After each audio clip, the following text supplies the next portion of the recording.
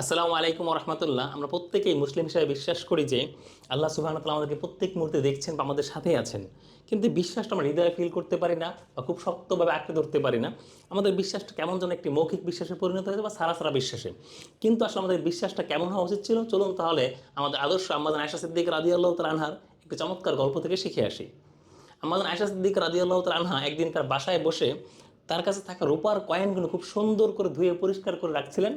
এমত অবস্থা রাসূল সাল্লাল্লাহু আলাইহি ওয়াসাল্লাম বাসায় আসলেন, এসে দেখে জিজ্ঞেস করলেন, হে আয়েশা, তুমি কয়েনগুলো এত সুন্দর করে কেন ধুয়ে রাখতেছো? তখন আয়েশা রাদিয়াল্লাহু তাআলা আনহা উত্তর দিলেন, ইয়া রাসূলুল্লাহ, আমি আপনাকে বলতে শুনেছি যে মানুষ যখন দান করে আল্লাহ সুবহানাহু ওয়া তাআলা তখন তার ডান হাত দিয়ে গ্রহণ করে। তাহলে আমি কিভাবে আল্লাহ সুবহানাহু ওয়া তাআলাকে নোংরা বা ময়লা টাকা দিব? আল্লাহু আকবার কাবীরা।